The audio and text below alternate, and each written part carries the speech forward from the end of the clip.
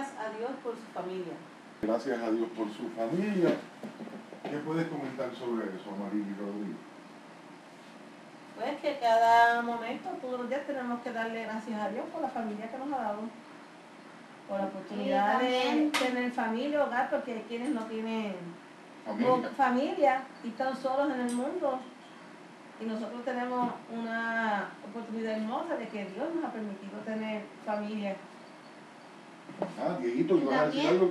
Todas las cosas que nosotros tenemos, nosotros la familia también, bien las demás cosas que nos ha dado. Dios nos ha dado muchas cosas en el contexto de familia, es lo que tú quieres decir.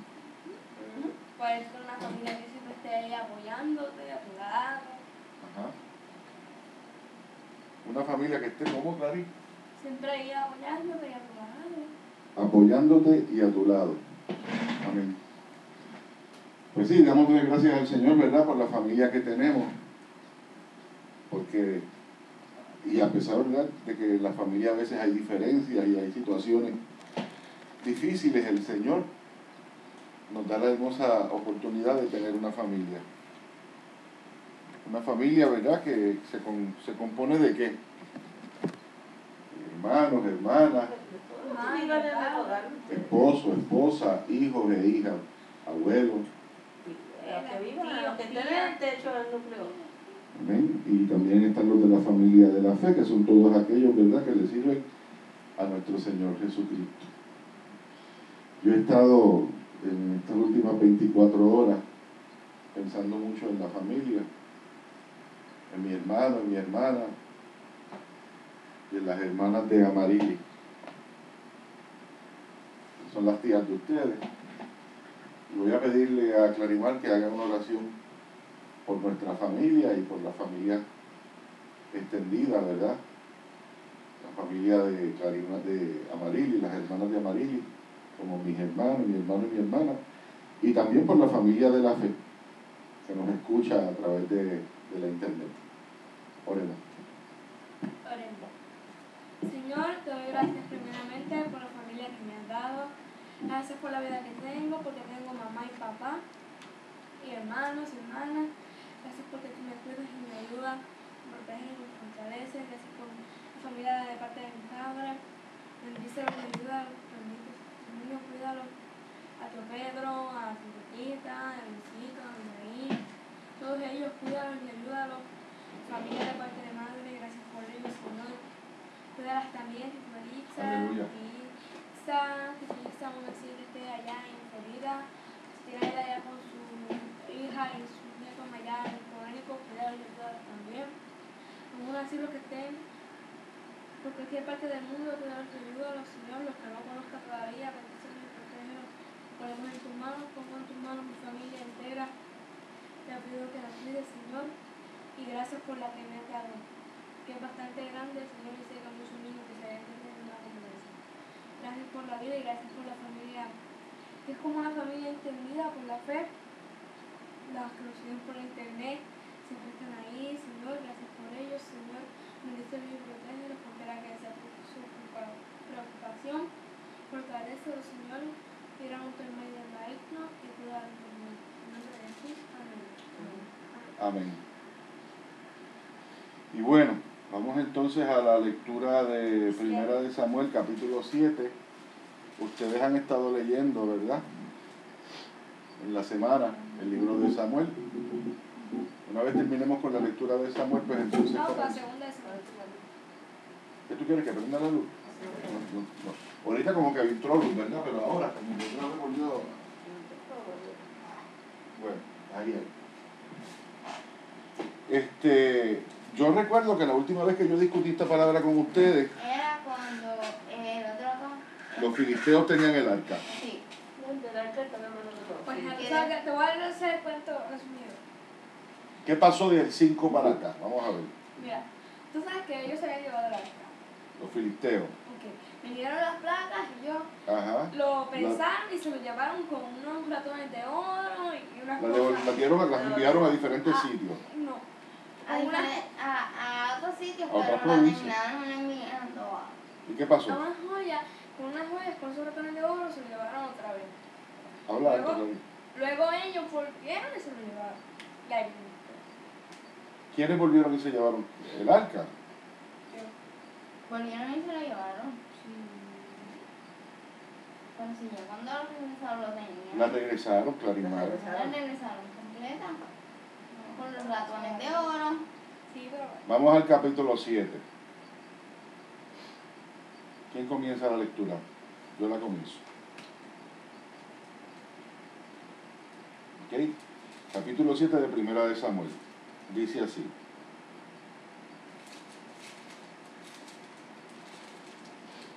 Vinieron los de Kiriat Jearim y llevaron el arca de Jehová y la pusieron en casa de Abinadab, situada en el collado, y santificaron a Eleazar, su hijo, para que guardara el arca de Jehová. Desde el día que llegó el arca a Kiriat Jearim, pasaron muchos días, 20 años, y toda la casa de Israel lamentaba en pos de Jehová. Dime, Diego. Esa sesión se llama Samuel somete a los filisteos en Mizpa. Ok. Aquí dice Samuel, juez de Israel. ¿Tienes que hablar alto, amarillo? El arca en Kiriat. Dice, habló Samuel a toda la casa de Israel diciendo, si de todo vuestro corazón os volvéis a Jehová, quitad los dioses ajenos y a Astarot de entre vosotros, y preparad vuestro corazón a Jehová, y solo a él servid, y os librará de la mano de los filisteos. Entonces los hijos de Israel quitaron a los Baales y a Astarot, y sirvieron solo a Jehová. Y Samuel dijo, reunid a todo Israel en Mizpa, y yo oraré por vosotros a Jehová. Y se reunieron en Mizpa, y sacaron agua, y la derramaron delante de Jehová. Y ayunaron aquel día, y dieron allí, y dijeron allí, contra Jehová hemos pecado. Y juzgó Samuel a los hijos de Israel en Mizpa. Cuando oyeron los filisteos que los hijos de Israel estaban reunidos en Mizpa, subieron los príncipes de los filisteos contra Israel. Y al oír esto, los hijos de Israel tuvieron temor de los filisteos. Entonces dijeron los hijos de Israel a Samuel, no ceses de clamar por nosotros a Jehová nuestro Dios, para que nos guarde de la mano de los filisteos. Y Samuel tomó un cordero de leche y lo sacrificó entero en holocausto a Jehová. Y clamó Samuel a Jehová por Israel, y Jehová le oyó.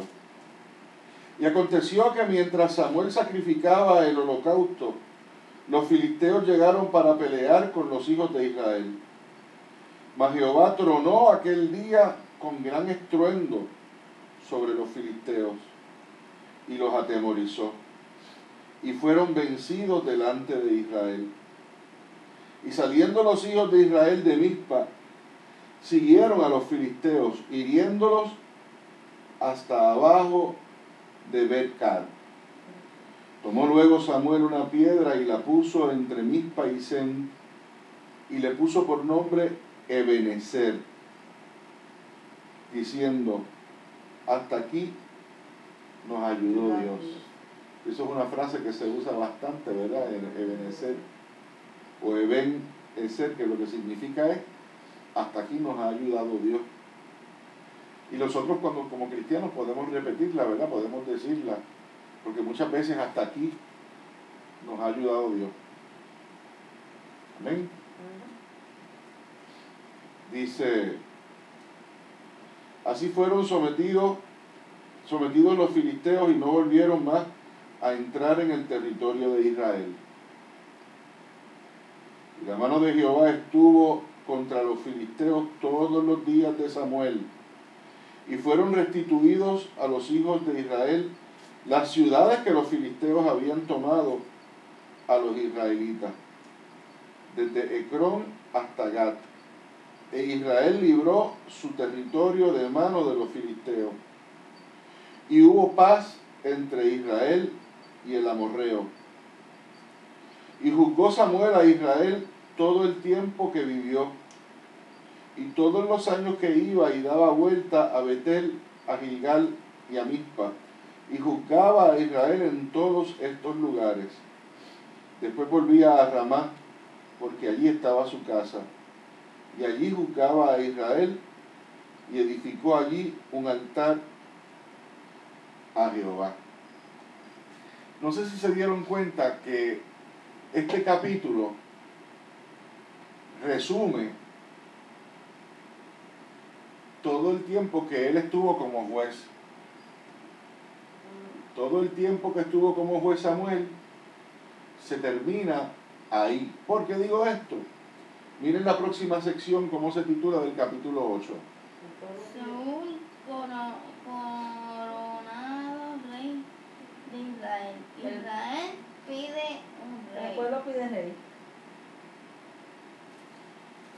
Algo va a suceder. Yo como que no me recuerdo esto. No, Yo- tú no lo leíste. Tú no lo leíste, yo te lo conté. No, para mí que yo No sé. lo leíste, porque después lo leído conmigo y no lo leí. ¿Ok? Yo lo que hice fue que les conté a ustedes que el pueblo se va a molestar. ¿Con quién? ¿Con Samuel? No, con Samuel no se va a molestar el pueblo. Samuel ha sido un juez justo. Pues Saúl. Bueno, pero antes de llegar a Saúl tiene que pasar algo. ¿Qué pasó? ¿No recuerdan? Pues entonces lo leen. Yo se los conté a ustedes que los hijos de Samuel... Ah, se fue. ¿Ah? ¿O no? Ah, A mí. No, no hay problema. sí, yo sé que pasa algo. Y yo como que lo leí. No. Bueno, pues cuando puedan entonces leen el capítulo 8 de Primera de Samuel. Cuando nos volvamos a reunir lo repasamos. ¿Está bien? Pero hasta ahora este capítulo 7, dime Diego. ¿Sí? Leen. No vamos a leer el capítulo 8. Ah, Eso ustedes mañana sí. lo leen, su lectura diaria. De nuevo, repito, el capítulo 7 lo que ha hecho es resumir toda la labor El fin de Samuel. de Samuel, Como juez. ¿verdad? Como juez de Israel. Samuel Y fue según más dice como- ahí, Samuel fue como un rey. es un juez, no es un rey. Es Samuel diferente. como- Es un líder, como Moisés. Y como todos los jueces que estuvieron antes de él, ¿se acuerdan, verdad? Sí. ¿Ok? Así que vamos entonces a darle gracias al Señor por esta palabra y vamos a buscar el libro de Romanos, ¿verdad? Vamos a estudiar Romanos, que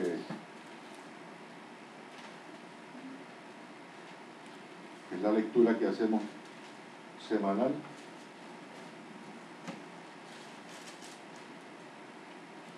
¿Alguien recuerda dónde nos habíamos quedado en Romanos? La semana pasada no estudiamos como. Pues claro que sí que la estudiamos. Muchacha, No sé lo que fue, pero- ay mi madre. ¿En dónde nos quedamos? Clarimar, que tu Biblia está marcada. Dice que nos quedamos en el capítulo 4. Búsquenlo. 4 no, porque aquí esto está marcado. El romano. ¿Qué dice el capítulo 4? Nosotros lo leímos. No está marcado. Papito, tu Biblia está marcada porque yo he marcado esa Biblia a través de los años leyendo. ¿Entiendes? Abraham, justificado por la fe, eso lo leímos. Ya eso lo leímos, el capítulo 5. Viene a ver. Fácil. Perdóname. Eso lo leímos también. Pasivoso. Bueno, Bueno, pasivoso lo leímos. Sí, que dice muerte por Adán, vida por Cristo. Sí, eso lo leímos. ok, capítulo 6, perdón. No, y también creo que lo leímos. Clary, pero tu Biblia está marcada. Tú lo marcaste. Está marcado hasta el 4. Pero después que ya no marcó la semana pasada, ya no marcó. Vamos para el 6. Vamos por el 6 porque la semana pasada leímos Fue el seis, el el 5. Ya muerte para nada. Ya porque no soy. Amén. Capítulo 6. Exactamente, capítulo 6. Muerte al pecador. Dice, ¿estamos listos? ¿Qué pues diremos? Y es una pregunta. ¿Perseveraremos en el pecado para que la gracia sobreabunde? ¿Alguien me puede explicar esa pregunta que Pablo está haciendo? Porque yo les he explicado eso a ustedes. Vamos a ver. ¿Por qué él dice eso?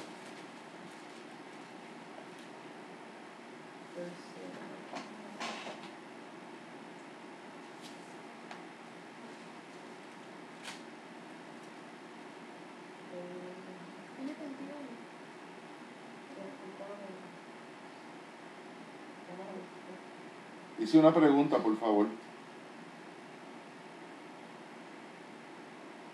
Que si continuamos, perseveraremos en el pecado, que si continuamos haciendo lo malo para que el favor de Dios esté con Ajá. nosotros. Exacto. ¿Perseveraremos en qué? El pecado. en lo ¿Qué pues malo, diremos? ¿Perseveraremos en el pecado para que la gracia abunde? para que haya el favor de Dios, que si seguiremos haciendo lo malo. Porque en este capítulo, me parece que hay un versículo que decía, ¿verdad?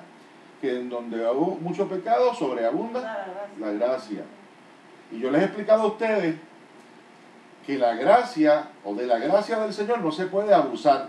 Mucha gente, Porque cuando tú pecas, dice ahí que la gracia abunda. abunda. Entonces, ¿qué dice? Que si es mejor pecar para que la gracia abunde. Porque si pasa eso cuando tú pecas, Pero eso es cierto. no. Por eso hace la pregunta el apóstol. O sea, no podemos malinterpretar de que porque Dios es bueno y porque Dios nos hace el favor de pecar, de perdonarnos No. y de salvarnos, vamos a pecar, pues vamos a pecar entonces para que Dios nos perdone y la gracia de Él sobreabunde. No, es una Porque no pregunta, le podemos coger de bobo a él. pues claro, es una pregunta retórica que Él está haciendo, ¿verdad? Él sabe la respuesta, pero nos está ¿Quién haciendo... la hizo? Déjame ver lo que dice. Pues mira lo que dice el versículo 2. En ninguna manera. Acaba de responder, pues claro que no. Porque los que hemos muerto al pecado, ¿cómo viviremos aún en él? O sea, si cuando Cristo entró en nuestra vida, somos nueva criatura, pues ya no vivimos en pecado. ¿O sí? Se supone que no pecamos y cuando pecamos nos arrepentamos. Se supone que no pequemos, pero cuando pecamos nos arrepintamos. Pues entonces eso no puede ser. Bien. Lo que Diego está diciendo es bien Lo importante. explica en el segundo versículo. Es bien importante porque, fíjese cómo dice, en ninguna manera, porque los que hemos pecado, porque los que hemos muerto al pecado, ¿cómo viviremos aún en él? Porque si Él ya está en nosotros, No vas a continuar ya sacamos pecando. el pecado, pues y si ya sacamos el pecado, entonces si pecamos no podemos, porque no se puede hacer.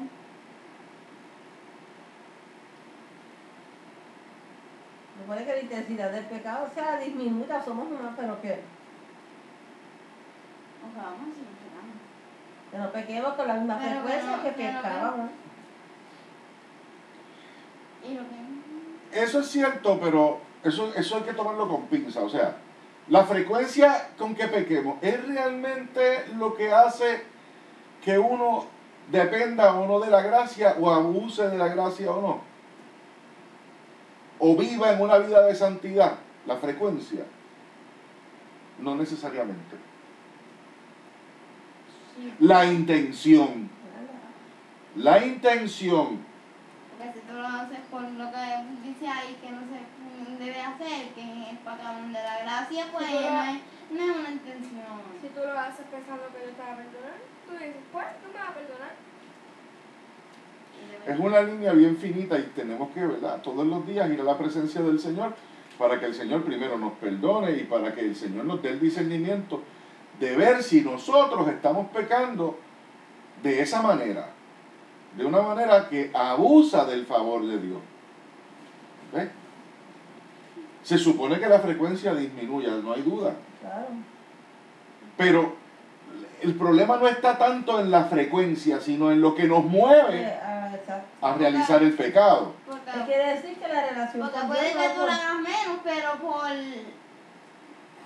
porque dice ahí que lo tienes que hacer, no por buena intención. Okay. Puede ser que disminuya, pero tú no tienes buena intención. Cuando el Señor decía que había que perdonar 70 veces 7, si el hombre tiene que perdonar 70 veces 7, ¿cuántas veces perdonará el Señor? Ay, bendito. Dice la palabra que el Señor es ¿qué? En misericordia es ¿qué? Infinito. ¿Verdad? Su misericordia es infinita. No tiene fin. No quiere decir que el Señor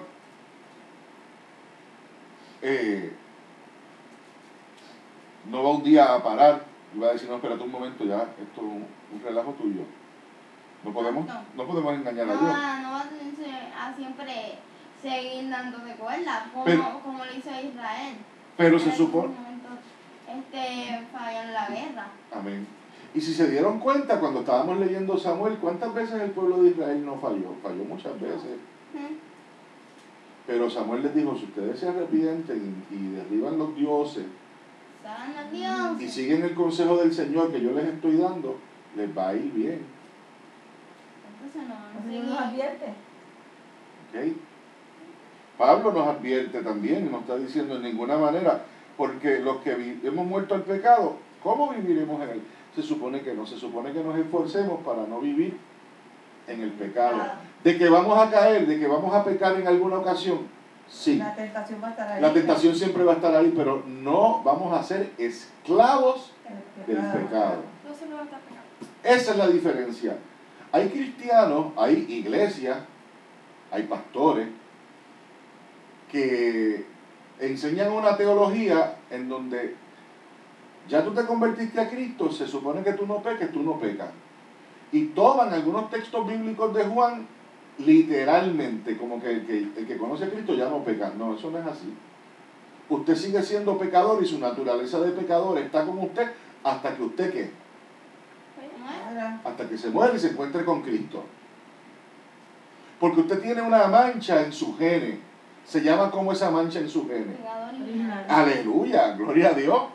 Este Dieguito está batiendo de cuadrangular. Otra vez están hablando de eso. Y usted no borra la mancha de plátano que trae, ¿verdad? Del pecado original. Por menos que traten de pecar, no se borra. Por más obras que tú hagas. Tienes que arrepentirte del pecado que hiciste ese día, ese instante, y tienes que reconocer que probablemente mañana te vayas a caer, tal vez no en ese, pero en otro. Y viendo la vida desde esa perspectiva y mirando tu vida y diciendo, bueno, Señor, verdaderamente tú eres grande porque tú me perdonas todos los días mis muchas transgresiones. Yo cuando voy a la presencia del Señor le doy gracias por eso, porque yo peco. Y todos los días meto las patas en algo. Si no es con la lengua, es con las manos. Si no es con las manos, es con los ojos. ¿Entienden? Si no es con los ojos, es con el pensamiento. ¿Ves? Pero tenemos que entonces, porque somos hijos de Dios, fíjate cómo dice, porque en ninguna manera, porque los que hemos muerto al pecado, o hemos muerto a la esclavitud del pecado. Cuando Pablo dice, hemos muerto al pecado, Pablo realmente a lo que se refiere. Literalmente es como si no pecáramos ya. Exactamente. Como si lo hubiéramos quitado. Si lo ves literalmente, es como si realmente hubiesen muerto el pecado. Ese es el problema. Mucha gente interpreta esto literalmente. No, esto no se puede interpretar literalmente. ¿Por qué? Porque hay otros pasajes que contradicen esto. Si lo entienden literalmente. Nuestra naturaleza humana está ahí. Si lo entienden literalmente, lo contradicen, pero si no lo cogen literalmente, no lo contradicen. Exacto. Así que en este caso específico, Pablo cuando dice que hemos muerto al pecado, realmente a lo que se refiere en el contexto amplio de la palabra es, hemos muerto a la esclavitud del pecado. Y porque hemos muerto a la esclavitud del pecado, las cosas que hacíamos ya no las hacemos hoy, se supone. Perseguimos. Se supone. Ahí entra la frecuencia de mamá. Ese seguimos pecando va disminuyendo. Inclusive cuando hemos sido esclavos de un pecado en específico, desaparece ese pecado de nuestra vida porque desaparece la esclavitud a ese pecado. Porque el que robaba, ya no roba. Porque el que mentía, ya no miente. ¿Ves? Pero lamentablemente, porque la naturaleza del ser humano es tan amplia, hay una gran variedad de pecados. No solamente son los 10 mandamientos. No, Hay una gran... pecados que no se recogen en la ley de Moisés. Y están ahí. Amén. Versículo 3. Otra pregunta que nos hace. ¿O no sabéis que todos los que hemos sido bautizados en Cristo Jesús, hemos sido bautizados en su muerte? Y yo quiero que entiendan algo. No sé si se dieron cuenta que he utilizado en 2 ocasiones la palabra muerte. amén. Muy bien, Diego. Diego está atento esta mañana. Muertos al pecado. ¿Sí o no? Lo usó el versículo anterior. Y en este versículo dice que ¿qué? En Cristo Jesús hemos sido bautizados en su ¿qué? Muerte. En su muerte. ¿En la muerte de quién está hablando él? ¿De quién? Dilo duro, Clary. ¿De quién? Mamá, no te oigo, sinceramente. De Jesucristo. De Cristo Jesús.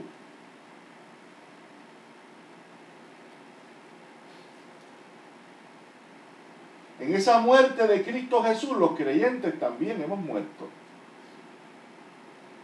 Porque esa muerte de Cristo Jesús fue una muerte completa. ¿Qué pasó con esa muerte? ¿No? Dime. Resucitó. Aleluya. Ese día. Este muchacho parece que desayunó bien. ¿Tú desayunaste? Yo no desayuné. Nada, ni agua. No ha desayunado. Muy bien.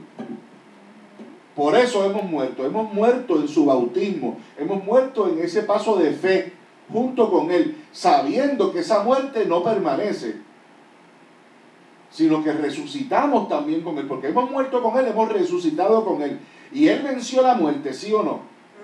Pues nosotros vencemos la muerte. Y hay una relación estrecha entre el pecado y ¿qué? La muerte. Y la muerte, ¿por qué qué? El pecado ya. ¿Por qué qué? ¿Qué dice la palabra? Porque la paga del pecado es muerte. es muerte. Pecado carrea muerte. El que se acostumbra a vivir en pecado tiene que estar listo para recibir una muerte severa, de juicio, muerte espiritual. Pero los que creen en Cristo y han sido bautizados en Cristo, esa muerte representa otra cosa. Vida. Representa vida. Y representa el perdón de pecado. Y representa la muerte de la esclavitud al pecado. ¿Vieron que Romanos es complejo?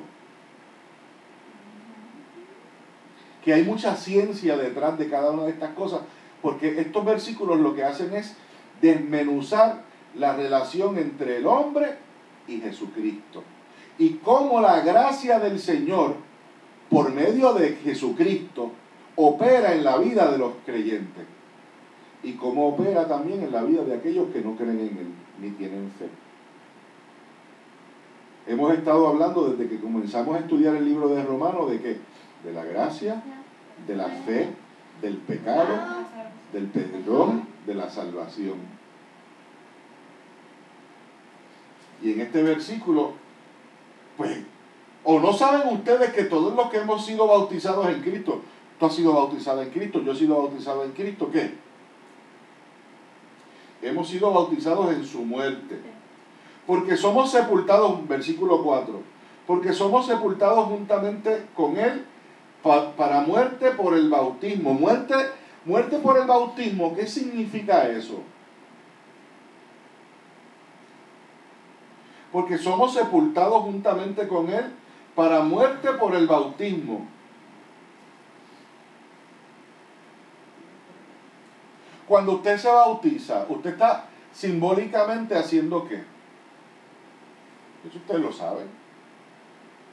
¿Qué significa el sacramento del bautismo? ¿No todos a la vez? Ay, santo, no puedo creer que Estamos haciendo con Dios. se quedan como que en blanco. Dime, Un pacto con ustedes. ¿estás haciendo un pacto con Dios? Es un acto simbólico. ¿Qué es lo que simboliza el bautismo? Presentándote tú. ¿A quién? A la fe en Cristo Jesús. Dios mío.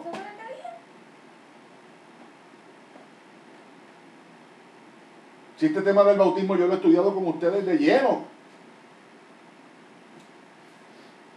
Es un acto simbólico, un acto de conversión, de fe, en donde usted públicamente le está diciendo al mundo que su vida no vale nada sin Jesucristo. Es tan difícil es eso. El bautismo no es otra cosa que una señal, ¿como cuál? Denme otro ejemplo.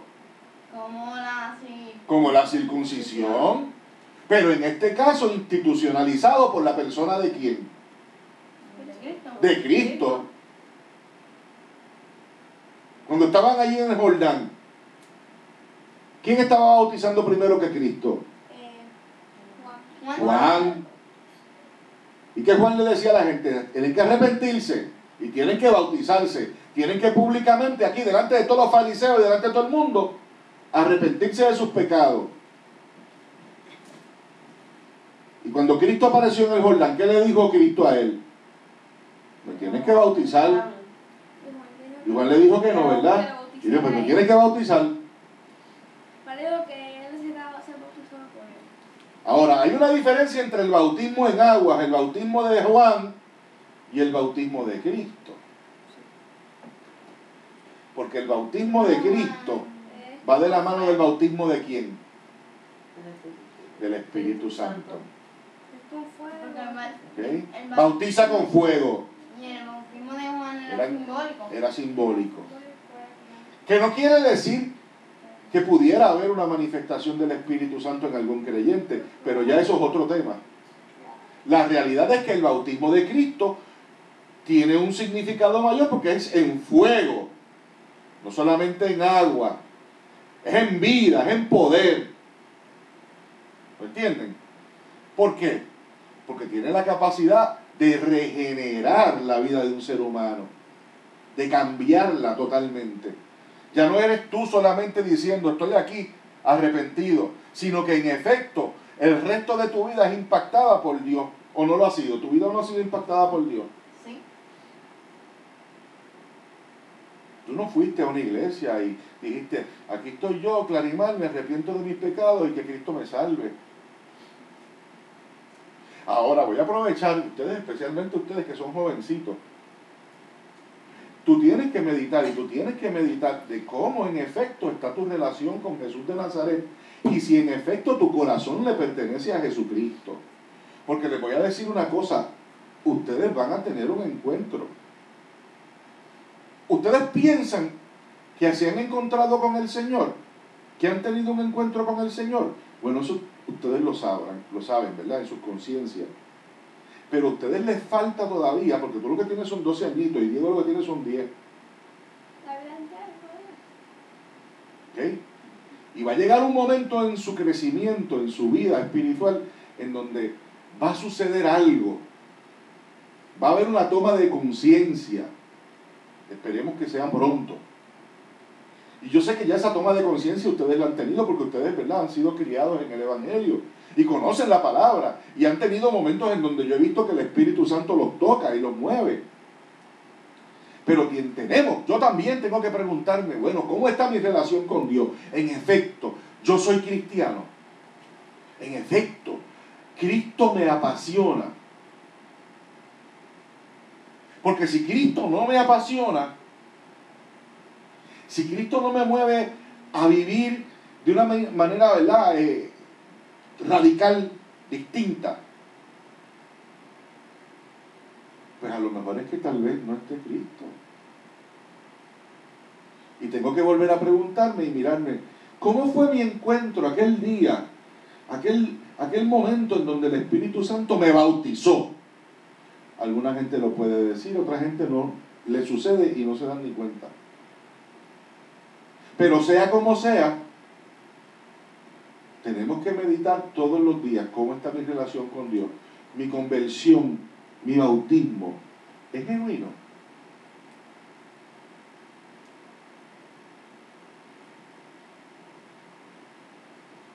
Porque si fuimos plantados juntamente con Él en la semejanza de su muerte, así también lo seremos en ¿qué? Versículo 5. Así también. 5. Porque si fuimos plantados Juntamente con él en Lo la seremos semejanza de en su la muerte. resurrección. ¿Vieron? Esa es la diferencia. Fuiste plantado en la muerte con Cristo, fuiste bautizado en la muerte con Cristo, fuiste sepultado en la muerte con Cristo. Pues si mueres junto a Cristo y llevas la cruz de Cristo, resucitarás con Cristo. Elemento maravilloso, lleno de esperanza, se supone.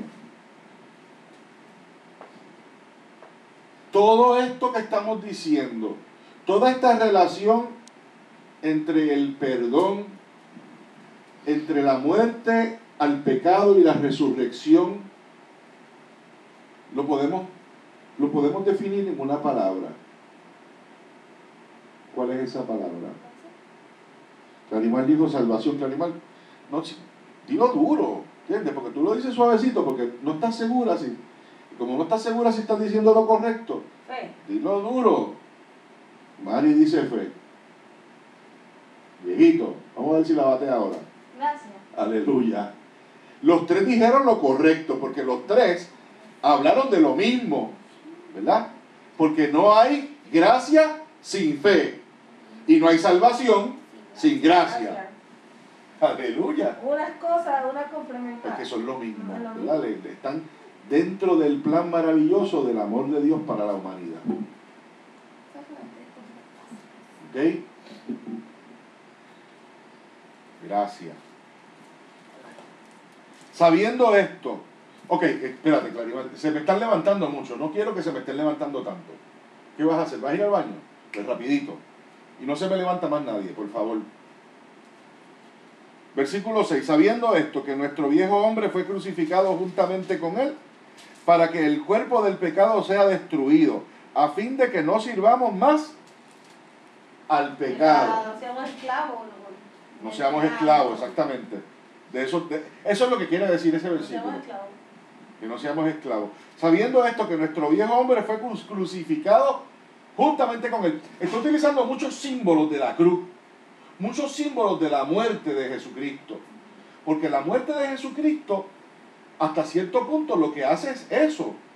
Cuando Cristo murió en la cruz, allí en la cruz, quedó todo el pecado ¿de quién? Nosotros. De la humanidad. Él llevó nuestros pecados. Él llevó nuestros pecados. Entonces, todo nuestro pecado, todas nuestras debilidades están allí enmarcadas en aquella cruz. Simbólicamente, Pablo está utilizando aquellas imágenes de la cruz para que nosotros hoy digamos, ok, ¿cómo es la cosa?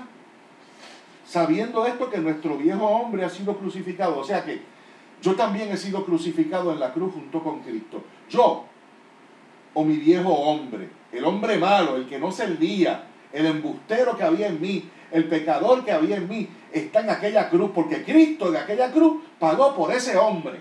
Pagó el precio. Pagó el precio por aquel hombre. ¿Entiendes lo que estoy diciendo, Diego? El pecado nuestro, junto con Cristo, allí está clavado en la cruz. Simbólicamente hablando, Pablo utiliza la imagen para que podamos entender que nuestra vida de esclavitud de pecado ha quedado ¿dónde? Atrás. Atrás.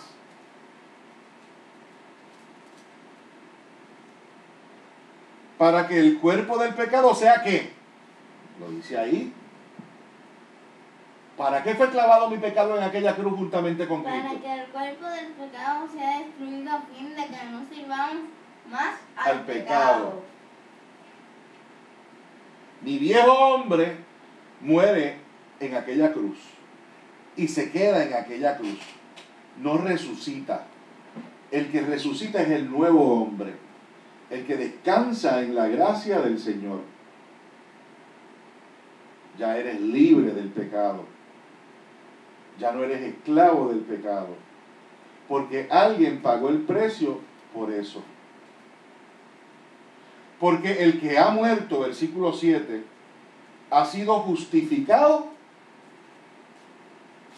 Porque el que ha muerto ha sido justificado del pecado. Más claro no puede hablar.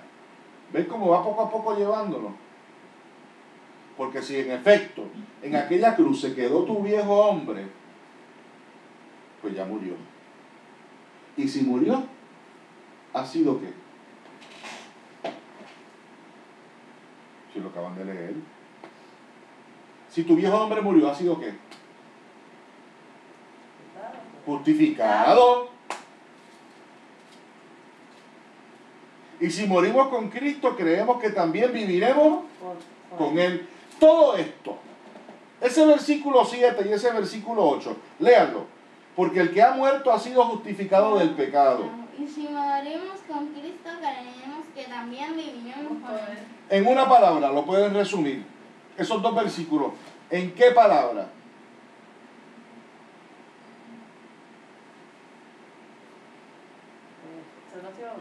Arrepentimiento. No. ¿Qué pasa? Fe. Fe. Usted no es justificado por la fe. Sí. Usted no deja aquel viejo hombre en la cruz.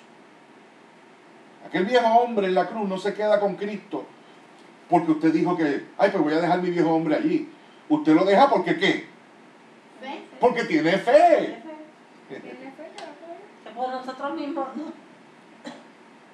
El acto de crucificar nuestra vieja naturaleza juntamente con Cristo en la cruz es un acto de fe. Sin fe usted no lo puede hacer, porque usted tiene que creer que sus pecados han sido perdonados una vez entrega su vida a Cristo Jesús. De lo contrario, usted no entrega su vida a Cristo. ¿Por qué tú entregaste tu vida a Cristo, Clary? Porque yo sola no puedo. Porque tú sola no puedes.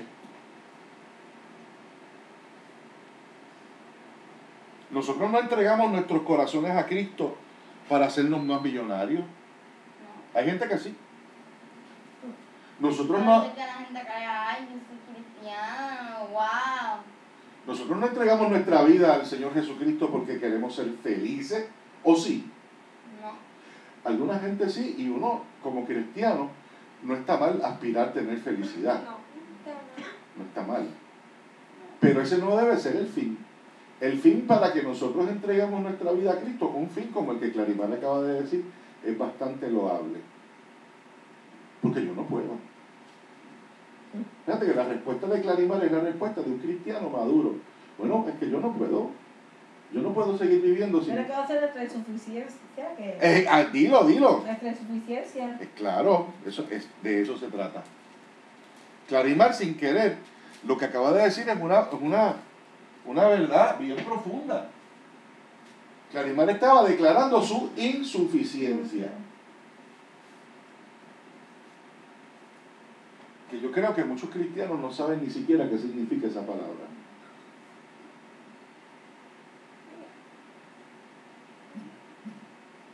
Porque somos insuficientes, venimos a los pies de Cristo, porque sabemos que hemos pecado y que estamos mal y que necesitamos que nos rediman. Necesitamos reconciliarnos con Dios. Porque cuando usted conoce al Señor y usted sabe que su corazón y su vida le pertenece a Dios, usted no puede seguir pecando ni viviendo en pecado. Y especialmente las personas como Clarimar y como Diego, que han sido desde chiquititos inculcados en que existe Dios. Si yo no les hubiese enseñado eso, tal vez yo no les puedo exigir con tanto rigor como les exijo hoy.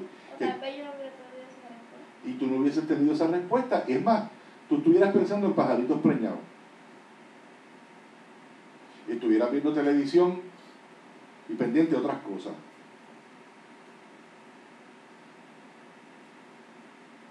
Pero como hemos sido enseñados en la fe, sabemos que si no tenemos fe y no nos arrepentimos, nos va a ir mal. Porque es creyendo, No podemos solos. es creyendo y nos va mal a veces. Imagínate sin creer. ¿Lord? Yo no sé cómo la gente en el mundo puede, bueno, yo yo sé porque yo lo hacía. Sobreviviendo, viviendo día a día en un desastre. Versículo 9. Sabiendo que Cristo, habiendo resucitado de los muertos, ya no muere, la muerte no se enseñorea más de él. Claro, él murió, él resucitó, venció la muerte. La muerte ya no tiene su poder sobre él. Pero cuando habla de la muerte literal de Cristo, pero habla de qué en términos simbólicos a nosotros. ¿Cómo podemos transferir esa muerte literal que él está describiendo de Cristo a nuestra vida?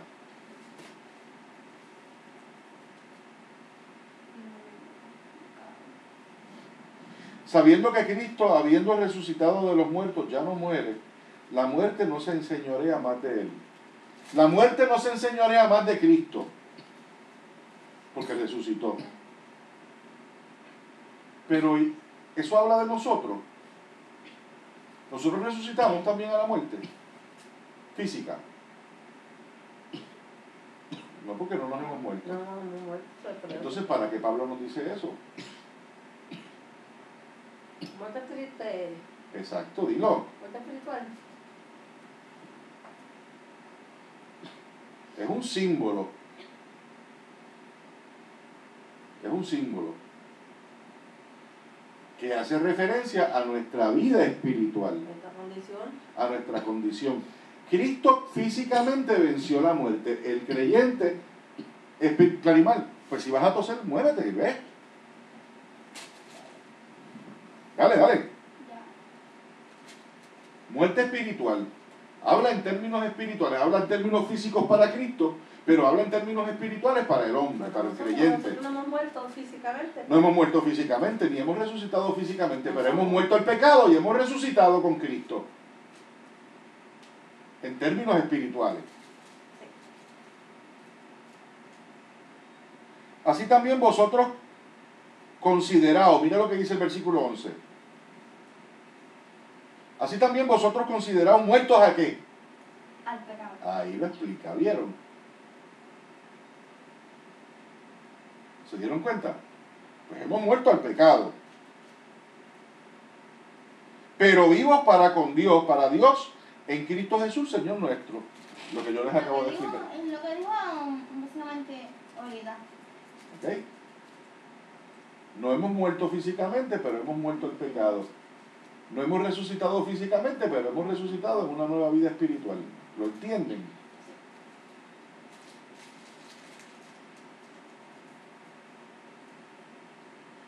Versículo 12. No reine pues el pecado en vuestro cuerpo mortal, de modo que lo obedezcáis en sus concupiscencias. De nuevo. No reine pues el pecado en vuestro cuerpo mortal, de modo que lo obedezcáis en sus concupiscencias. ¿Ok? Y ahí. ¿Qué significa ese versículo? Vamos a ver. No reine el pecado en vuestro cuerpo mortal. Para que no te caigamos hasta la... ¿Qué son concupiscencias? ¿Qué son concupiscencias? Vamos. Pues es pecado.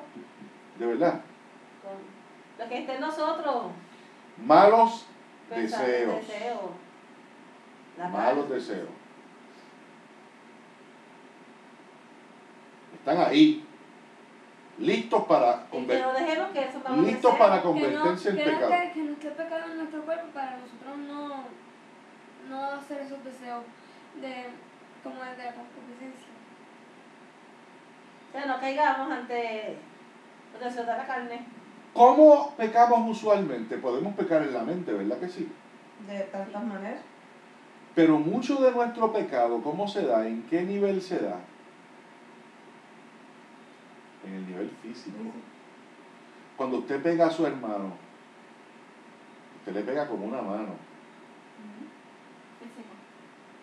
Cuando usted comete fornicación con su cuerpo, si es adulterio, con su cuerpo, si roba, con su cuerpo. ¿Entienden lo que les quiero decir? Pecamos con la mente y pecamos mucho con nuestro cuerpo, porque nuestro cuerpo es el Nuestro cuerpo instrumento. Las dos. Yo creo que la segunda es la mente, ¿verdad? Bueno, sea lo que sea, pero el apóstol se está refiriendo en este versículo ¿a qué? Pecado, No. La concupiscencia. Ay, Dios mío, vuelvan al versículo, léanlo. No reine pues el pecado en vuestro cuerpo mortal. Punto. Ahí. El pecado no domine tu cuerpo. Tu mente, Tu cuerpo. Está hablando del cuerpo primero. No uses tu cuerpo para porquería, a pecar. para pecar. No reine el pecado en vuestro cuerpo, No que lo obedezcáis, para que no caigas en los malos deseos que son la concupiscencia. Porque los malos deseos están ahí. No son en sí mismo pecado, pero son prácticamente la puerta al pecado. ¿Por qué? Porque son Porque una, si haces un son- mal deseo, ya se convierte en pecado. son una gran Si tentación. lo Son, llevas a cabo, pues. están Son en- tentaciones. son tentaciones que no necesariamente vienen de Satanás, sino que están ¿qué?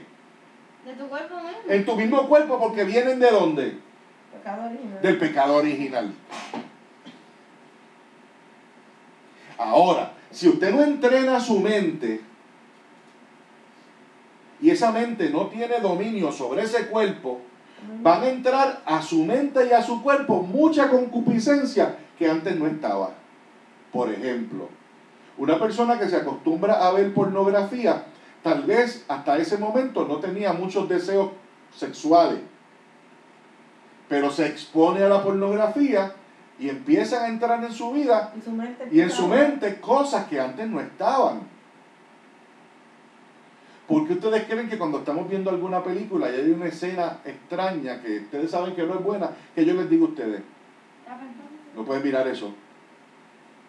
O quitamos la película, ¿verdad? Porque por ahí, por los sentidos, por tus ojos, que es tu cuerpo, entra tentación. Y en tu corazón y en tu mente se siembra esa concupiscencia, que es la puerta, es el umbral al pecado. Y Satanás lo sabe. Y tu cuerpo lo sabe. Porque usted viene de fábrica con unos apetitos y unas debilidades. Que con el más sencillo estímulo se activan. Y Pablo nos está diciendo, en tu cuerpo, tú tienes que tener dominio. No puedes reinar en tu cuerpo la tentación, la concupiscencia. Tiene que reinar en tu cuerpo, ¿qué? El dominio propio. A veces lo logramos, a veces no lo logramos. Pero si acostumbramos al cuerpo a esos placeres, vamos a tener problemas. Si usted acostumbra su cerebro y su cuerpo a fumar tabaco, tabaco le va a pedir. Si lo acostumbra a beber alcohol, alcohol le va a pedir. Nicotina. Si lo acostumbra a marihuana el cuerpo le va a pedir. Si lo acostumbra a sexo el cuerpo le va a pedir. Y Pablo nos está diciendo, para que las concupiscencias no dominen tu mente, tu cuerpo, tu ser, tú tienes que tener dominio propio para que no reine en vuestros cuerpos. Autocontrol. ¿Ok? ¿Lo tienen claro? Versículo 13, miren lo que dice. Léelo. Ni tampoco presentéis vuestros miembros al pecado como instrumentos de iniquidad, sino presentaos vosotros mismos a Dios, como vivos de entre los muertos, y vuestros miembros a Dios, como instrumentos de justicia. Para. En sus Biblias el comentario bíblico no explica ni el 13 ni el 12. En la tuya, Marily, en las Américas, ¿explica esos versículos o tampoco? Tampoco, ¿verdad? Sí, No. pero no lo veo. El mío no. No, El no. 14 y el 15. Sí, no, yo sé. El 12 y el 13. El 6, 12. No reine el pecado.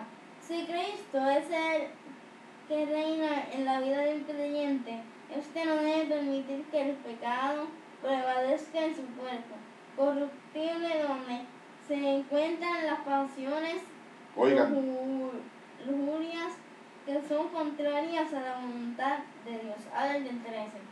Los miembros, es decir, todo el creyente debe dedicar todo su ser al Señor para servirle y obedecerle.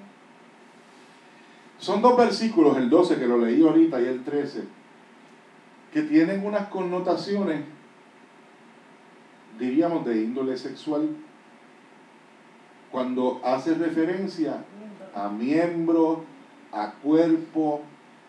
¿Por qué? Porque las lujurias, como dice eso, ¿verdad? Como dice el comentario de las Américas, son parte de esas concupiscencias. No todos los malos deseos van en el orden sexual, pero muchos de ellos sí, y el cuerpo es útil para esas cosas.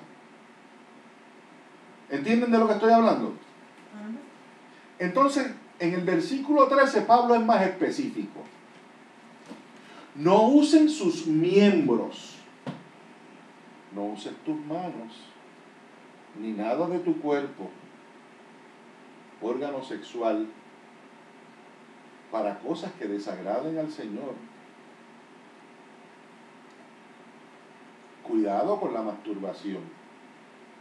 ¿Qué masturbación? Tú no sabes, pues yo te explico ya mismito. ¿Y en tu clase de salud no le han enseñado eso? Nunca. Pues masturbación es cuando una persona toca su parte íntima. Si usted toca su parte íntima y se acostumbra a eso para obtener placer sexual, es pecado. Y tiene que tener mucho cuidado con eso, porque puede ofender a Dios. Se los estoy diciendo en blanco y negro, porque ¿quién mejor que su papá? Pues no lo sabían. No lo han descubierto, pues los papás se los dicen. Ese es mi trabajo también. Y nosotros, todo acto íntimo, sexual, se da en un contexto. ¿Cuál es el contexto que se debe dar? Matrimonio. Y no se puede dar entre una mujer y una mujer, y se puede dar entre un varón y un varón. ¿Papá? Y tiene que ser 1 a 1, no pueden haber 3, no pueden haber 5. ¿Ok? Una mujer. Por eso no aparece en el comentario bíblico esos dos versículos. Pues mira, ellos optan por no, ¿verdad?, entrar mucho en eso. Porque son delicados, Es son, que son materia delicada. No necesariamente Pablo está hablando de pecado sexual, ¿sabes? No vayan tampoco a malinterpretarlo. porque hay que no pecado. Hay otros pecados. Ese no es el único pecado. ¿Ok? Pero definitivamente estos dos versículos nos están hablando, además de otros pecados, de estos pecados. De las concupiscencias en el orden sexual. ¿Por qué? Porque el ser humano peca mucho y cae mucho en ese orden. Porque ustedes saben que muchos divorcios vienen ¿por qué? Por infidelidad. Por infidelidades, por adulterio, por mal manejo de la vida sexual. ¿Por qué ustedes creen que hay tanto homosexualismo y bisexualismo y cuánta cosa hay? Pues porque son personas que no están claras en su identidad sexual. Todos los seres humanos, especialmente ustedes que son niños, van por un proceso de identificación sexual. Ustedes van ahora mismo creciendo. Y en tu cuerpo hay genes que te hacen varón. Y en tu cuerpo hay genes que te hacen hembra, hormonas. ¿Ok? Hay hormonas para el varón, hay hormonas para la hembra. Se supone que en tu cuerpo hay un conteo de hormonas de varón mayor que el de hembra y viceversa. Eso es lo que los hace a ustedes hombre o mujer. Pero acompañado de ese crecimiento y de ese desarrollo fisiológico, físico, va el mental y el espiritual. Y se supone que haya armonía entre tu desarrollo físico, mental y espiritual. Del espiritual yo me he encargado y me encargo, y del mental también. Ahora, eso no quiere decir que en el proceso de crecimiento de ustedes van a ir identificándose con su sexualidad. Y en este proceso en donde ustedes están, que están en la preadolescencia y en la adolescencia, van a identificarse más y más, se supone, con su sexo. Cada día, tú se supone que mientras vayas creciendo y haciéndote señorita y mujercita, te vayas identificando más con lo que tú eres. Niña, hembra, mujer. Y tú, varón, macho, hombre. En ese crecimiento y en ese proceso yo tengo que estar pendiente que no hayan resbalones, que no hayan dudas en su mente ni en su espíritu, y ser como un entrenador. Por eso estoy hablándole de esto a ustedes ahora. Esto que yo estoy hablándole a ustedes ahora, y como se lo estoy hablando, no se crea que lo hacen todos los papás. La mayoría de los papás dicen, olvídate, pues si sale gay, que salga gay. Si se enredó en el camino y no entendió y no sabe qué es lo que pasa, pues allá él, si ella quiere ser lesbiana, pues que sea lesbiana. Si ella quiere tener confusión o él quiere tener confusión sobre su identidad sexual, pues que bregue con su concupiscencia. Ah, si se quiere masturbar, que se masturbe un montón. Yo no puedo permitir eso, porque yo tengo una responsabilidad como padre y como pastor suyo, yo tengo que decirle, mire, en ustedes hay ahora mismo una energía que está por despertar. Y si ustedes no aprenden a manejar esa concupiscencia y esos deseos malos, y algunos que no son malos, que son naturales, porque déjenme decirles, no todo lo sexual es malo, ¿ok? El tener deseos sexuales no es malo en sí mismo. Es natural, son seres humanos. Son de carne y hueso.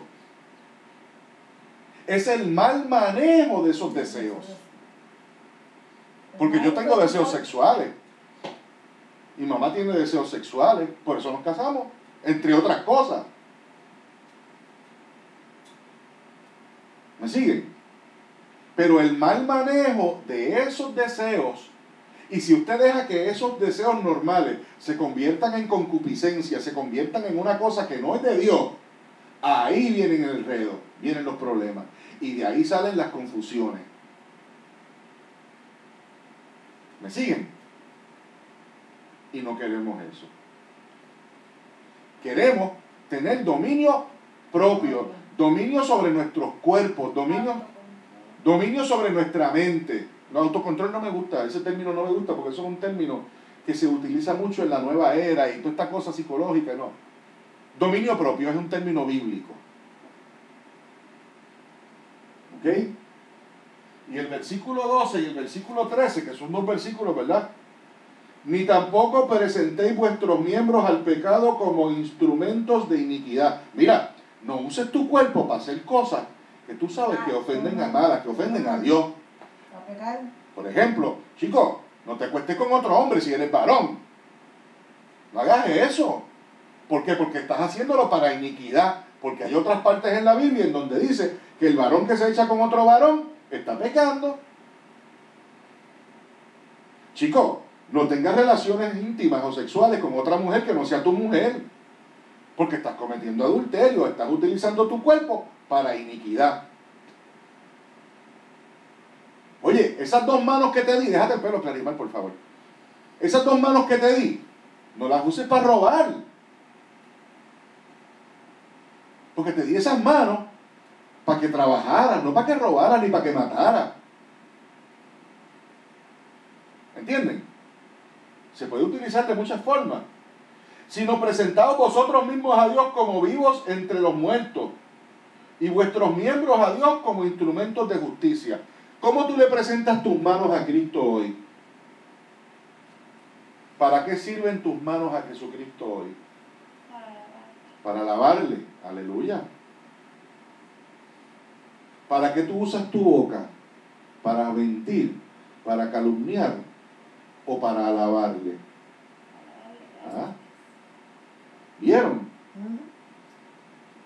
Cada vez que nosotros decimos un embuste y cada vez que nosotros calumniamos a nuestro prójimo, estamos utilizando nuestro cuerpo para iniquidad, para pecado, porque tu lengua lo que está haciendo es encendiendo fuego por ahí para abajo. y está llena de saliva y agua, pero lo que tiene es fuego, dinamita es lo que bota, veneno. Porque el pecado, versículo 14, y con esto terminamos. Porque el pecado no se enseñoreará de vosotros, pues no estáis bajo la ley, sino ¿bajo qué? Gracias. Aleluya, y con eso termina el capítulo, ¿verdad? Usted, No tenía ¿no termina el capítulo ahí? la sección. La sección, por eso, perdónenme. Vamos a dejarlo hasta ahí, hasta esa sección. Y entonces comenzamos la próxima. sección es siervos de la justicia. Siervos de la justicia. Liberados del pecado. ¿Qué les pareció? Bien. Bien, ¿verdad? Y entramos en una área que es un poquito delicada, pero que es bien importante, especialmente para la edad que ustedes tienen, ¿verdad? Ya tú tienes 10 años, 11 años, Diego, 10. 10. Bien. Y Claribel tiene 12. Y yo sé que, ¿verdad? Ustedes, según vayan creciendo, van a ir experimentando y viendo cosas, y yo quiero que estén claros, Percibidos. claros, claritos, ¿verdad? De que ustedes tienen que estar firmes en lo que Cristo dice en su palabra, en lo que su Padre les ha enseñado. Y bueno, yo tengo fe que ustedes han de seguir el camino de la fe y de la virtud. Y no van a ser esclavos de sus cuerpos. Si se hacen esclavos de sus cuerpos, quedaron fritos. Van a tener problemas, van a sufrir mucho. ¿Ok?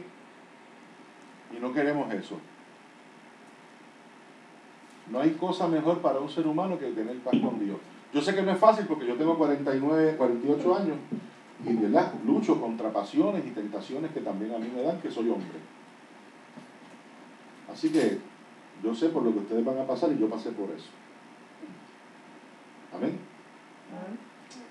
Bueno, pues vamos a orar y darle gracias al Señor. Saludamos a los hermanos de la internet. Le damos gracias, ¿verdad?, por su atención. Y esperamos que el Señor bendiga a sus familias y sus vidas. Oremos. Venimos ante tu presencia, Señor, dándote gracias por este día. Gracias porque nos has bendecido, Señor, de una manera especial. Gracias porque pudimos discutir la palabra, profundizar en ella. Y gracias porque por ella, Señor, podemos tener paz en nuestros corazones. Bendice a los hermanos que nos han escuchado con paciencia, Señor. Bendice a mis hijos y a mi mujer y a mí. Y permite, Señor, que este día sea un día de victorias. Ayúdanos a no caer en tentación, a tener dominio propio, a poder resistir las tentaciones de todo tipo, a no mentir, a no robar, a no matar, a no cometer adulterio, a no hacer cosas que te ofendan, Señor. Ya que podamos descansar en la vida que es en ti y no en la muerte, Señor, del pecado. Estamos muertos al pecado y estamos vivos por tu gracia. Gracias, Señor, por ella, por tu favor y porque nos amas como nos amas. Gracias porque nos permites reunirnos como familia esta mañana y servirte. Te damos gracias de verdad, Señor. Y hemos orado en el nombre de Jesucristo, el único Dios por el cual se puede orar, no hay otro. Amén y amén. ¿Cantamos? Cristo rompe Las cadenas, Cristo rompe las cadenas, Cristo rompe las cadenas y nos da seguridad. ¿Cómo es posible yo vivir sin Jesús? Que siento de mi vida de tu verdad del pecado y de la muerte. ¿Cómo es posible yo vivir sin Jesús? Rompe las cadenas, Cristo rompe las cadenas, Cristo rompe las cadenas.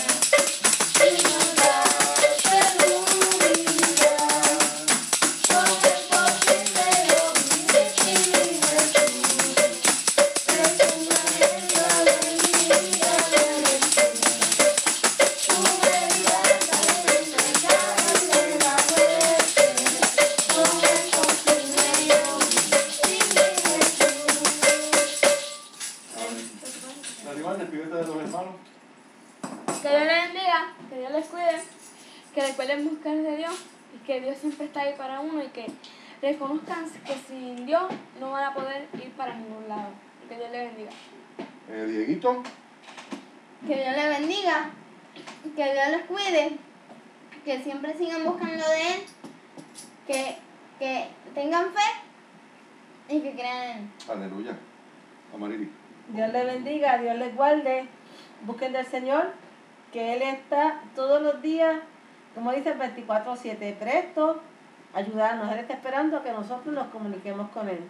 Así que busque a Dios y como cantábamos en el corito, Cristo rompe la cadena. No importa la cadena que tenga, las ataduras que tenga.